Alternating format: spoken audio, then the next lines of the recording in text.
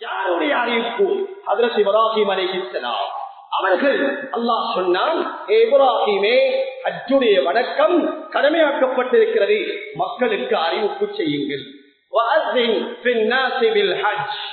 ஹஜ்ரத் இப்ராஹிம் அலைஹிஸ்ஸலாம் அவர்களுடைய காலம் என்றால் சுமார் 5000 ஆண்டுகளுக்கு முன்னால் உள்ள காலம்.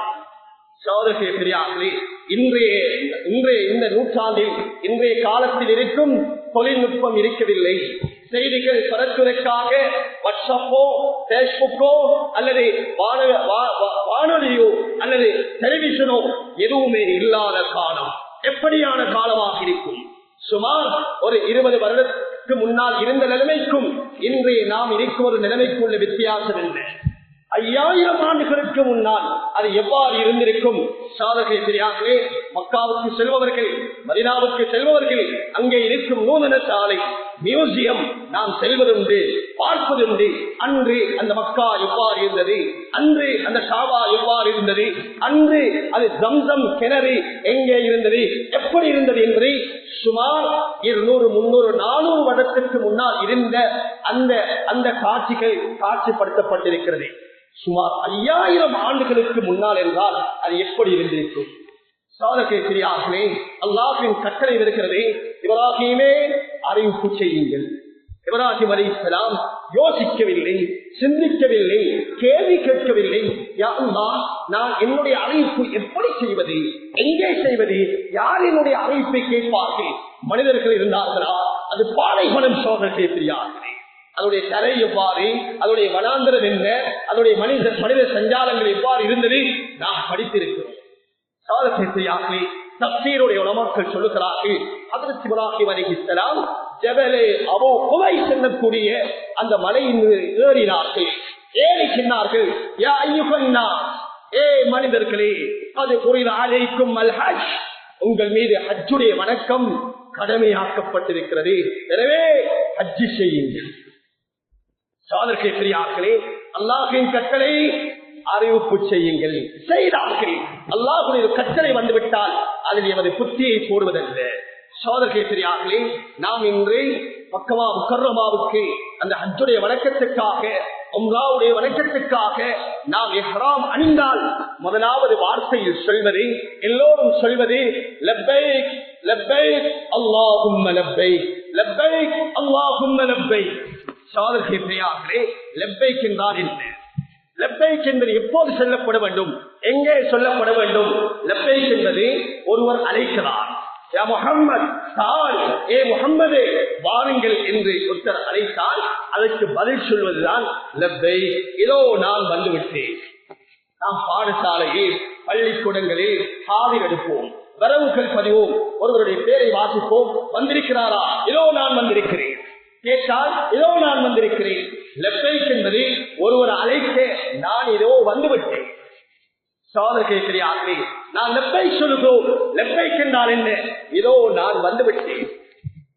ஒருவர் அழைக்காமல் நான் இதோ வந்துவிட்டேன் என்று சொல்வது எங்கேயாவது உண்டா? இல்லவே இல்லை. நான் இதோ வந்துவிட்டேன் என்றால் யாருடைய அழைப்புக்குரிய பதில்? சோதனை பெரியார்களே, அன்று ஹஜ்ரத் இப்ராஹிம் அலைஹிஸ்ஸலாம் அவர்கள் அழைத்தார்கள், யா அய்யுஹன்னாஸ், ஏ மனிதர்களே, இதோ ஹஜ் கடமையாக்கப்பட்டிருக்கிறது, வாருங்கள் என்று அழைத்ததற்குத்தான் இன்று நாம் சொல்வதில்லை, இதோ நான் வந்துவிட்டேன், இதோ நான் வந்துவிட்டேன். யாரெல்லாம் அன்று ஹஜ்ரத் இப்ராஹிம் அலைஹிஸ்ஸலாம் அவர்களுடைய அறிவிப்பை கேட்டார்களோ மனிதர்களாக இருக்கவில்லை, ஆனால் ஆலமுல் அர்வாஹில் ரூஹுகளாக இருந்தோம், உயிர்களாக இருந்தோம். அங்கே அல்லாஹ் வைத்திருந்தார். ஆலமுல் அர்வாஹில் இருந்து கொண்டு, அந்த ரூஹுகளுடைய உலகத்தில் இருந்து கொண்டு அந்த அழைப்பை கேட்டவர்கள் இந்த ஹராம் அணிந்தவர்களாக கட்டையுடன் ஆலமுல் அஸ்பாப் காரண காரியங்களுடைய உலகத்தில் இருந்து கொண்டு இன்று ஹராம் அணிந்தவர்களாக லப்பைக் என்று சொல்லுகிறோம் என்றால், அன்று எங்களுடைய தந்தை ஹஜ்ரத் இப்ராஹிம் அலைஹிஸ்ஸலாம் அவர்கள் அழைத்த அழைப்புக்குரிய பதில் சோதனை பெரியார்கள். எதற்காக அழைத்தார்கள்? ஏன் ஹஜ்ஜுடைய வணக்கம் ஒரு தனித்துவமான ஒரு வணக்கம் என்று சொல்லி அல்லாஹ் அந்த குர்ஆனுடைய வசனத்தில் சொல்லும் பொழுது, வஅஸின் ஃபின் நாஸி பில் ஹஜ், இப்ராஹிமே அறிவிப்பு செய்யுங்கள், செய்தால் என்ன நடக்கும் தெரியுமா? ரிஜாலன் வஅஜின் பின்னாஸ் பில் ஹஜ் يأتوك رجال وعلى كل ضامر يأتين من كل فج عميق. இப்ராஹீமே, அறிவிப்பு கொடுங்கள். உங்களுடைய அறிவிப்பை கேட்டு உலகத்தில் நாலா திசைகளிலிருந்தும் திக்கு திசைகள் முடுக்குகள் மூளைகள் அமீக் என்று சொல்வது நாம் நமது ஊரில் பெரும் பாதை இருக்கிறது. அதில் குறுக்கு பாதை, அதுக்குள் ஒழுங்கை, அதுக்குள் ஒரு மூளை, அதுக்குள் ஒரு வீடு, அதற்குள் மனிதர்கள் செல்வதில் நடைபாதை போன்ற ஒழுங்கைகள், திசைகள், திக்குகள், இடங்கள், மூளைகள், மலைகள், பள்ளத்தாக்குகள் என்று உலகத்தில் எத்தனையோ விதமான இடங்கள் இருக்கிறது. இன்று அந்த வணக்கத்தை நிறைவேற்றுவதற்காக ஒவ்வொரு திக்கு திசைகளிலிருந்து மனிதர்கள் சென்று கொண்டிருக்கிறார்கள். அன்று அல்லாஹ் சொன்னால், அறிவிப்பு செய்யுங்கள். உடைய அறிவிப்பை கேட்டு பல திசைகளிலிருந்தும் பல திக்குகளிலிருந்தும் மூளைகள் முடுக்குகளிலிருந்து இந்த மக்காவை நோக்கி வருவார்கள். சாதகேபிரியாகவே ஏன் இந்த ஹஜ்ஜை நிறைவேற்றுவதற்காக அங்கே செல்ல வேண்டும்? தொழுகை ஊரிலிருந்து தொழுகிறோம், நோன்பு இருக்கும் இடத்திலிருந்து நோக்குகிறோம், ஜகாத் நாம் பொருள் ஈட்டும் இடத்திலிருந்து விநியோகம் செய்கிறோம். ஏன் ஹஜ்ஜுடைய வணக்கம் அந்த மக்கா முக்கர்ரமா, அந்த பூமியை, அந்த மண்ணை, அந்த இடத்தை அங்கு சென்று நிறைவேற்ற வேண்டும். அல்லாஹ் அந்த குர்ஆனுடைய வசனத்தில் இரண்டாவது சொல்லுகிறார். முதலாவது காரணம் ஏன் அங்கே செல்ல வேண்டும்? லியஷ்ஹது மனாஃபிய லஹும். முதலாவது அல்லாஹ் குர்ஆனில் சொல்லும் பொழுது, இப்ராஹீமே வருவார்கள் எதற்கென்று தெரியுமா? அங்குள்ள பிரயோசனத்தை பார்ப்பதற்காக.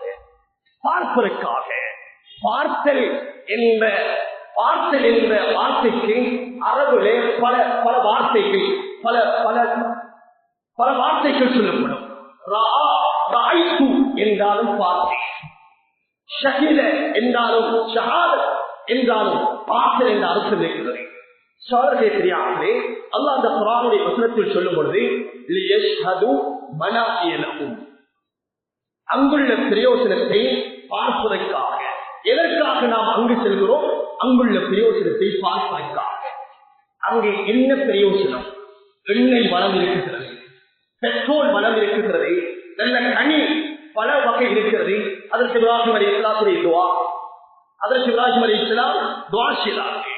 யா அல்லாஹ், இந்த மக்கா முக்கர்ரமாவை செல்வம் நிறைந்த பல கனிகள் நிறைந்த ஒரு பகுதியாக ஆக்கி, செல்வத்தை விருத்தியாக்கி, இதை உன்னை ஈமான் கொண்டவர்களுக்கு, உன்னை நம்பியவர்களுக்கு கொடுப்பாயாக. அது ஒரு வசனம், அது ஒரு விடயம். அல்லாஹுக்கும் ஹஜ்ரத் இப்ராஹிம் அலைஹிஸ்ஸலாம் அவர்களுக்கு மத்தியில் நடந்த ஒரு சம்பாஷணை. அதை இந்த இடத்தில் சொல்வதற்கு நேரம் கொடுக்காது. அந்த இப்ராஹிம் அலைஹிஸ்ஸலாத்துடைய துஆவுடைய பரக்கத் அங்கே நிறைவான செல்வம் இருக்கிறது. பார்ப்பது என்றால் செல்வத்தை பார்ப்பதற்காகவா, கட்டிடத்தை பார்ப்பதற்காகவா, அங்குள்ள தோட்டத்தையும் அங்குள்ள கட்டிடத்தையும் அங்குள்ள பழத்தையும் பார்ப்பதற்காகவா? சோதர்களை தெரியார்களே, அல்லாஹ் அழைக்கிறான் அங்குள்ள பிரயோசனம். என்ன பிரயோசனம்? அந்த பூமி நபிமார்கள் வாழ்ந்த பூமி. அந்த பூமி வஹீ, தௌராத்தும், ஜபூரும், இன்ஜீலும், குர்ஆன் என்ற இறை வாக்கியங்கள் இறங்கிய பூமி. அந்த மக்கா முக்கர்ரமா, அந்த ஜஸீரத்துல் அரப், அந்த மதீனா முனவ்வரா, அதை சூடாக இருக்கும் இடங்கள் வஹீ இறங்கிய பூமி.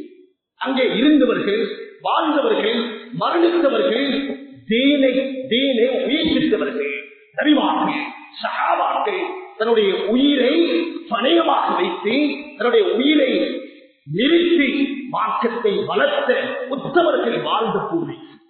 அங்குள்ள பாடம் என்ன? ஈமானுடைய பாடம். அங்குள்ள பாடம் என்ன? அங்குள்ள பாடம் ஈமானுடைய பாடம். எதை பார்ப்பதற்காக அல்லாஹ் அழைக்கிறான்? ஈமானுடைய பாடத்தை படிப்பதற்காக. அதில் சில பாடம் இருக்குது, சில செயல் இருக்குது. நாங்க பாடத்தை வாசிக்கிறது நூறாக கிரகிச்சுக் கொள்வோம், விளங்கிக் கொள்வோம், தெரிந்து கொள்வோம். இன்னும் சில பாடம் இருக்குது, அதை படிக்கணும், கண்ணால பார்க்கணும். அதை பார்க்கிறதுலையும் பல முறை இருக்குது. இன்னும் நாங்க சில பாடம் படிக்கிறோம், நாங்க நெட்டிலையும் யூடியூப்லையும் பேஸ்புக்கிலும் அங்கும் இங்கும் செய்தியை படிக்கிறதோட நடக்கிறத வீடியோவாக பார்க்கிறது. இதுவும் ஒரு விதமான பார்வை. ஆனால் அல்லாஹ் சொல்லுகிற பார்வை அப்படி அல்ல. திரைக்கு பின்னால் இருந்து பார்ப்பதல்ல, திரையில் ஓடும் காட்சியை பார்ப்பதல்ல, வெற்று கண்ணுடன் நேரடியாக அந்த மண்ணை மிதித்து அங்கு நடந்த தியாகத்தை பார்த்து படியுங்கள்.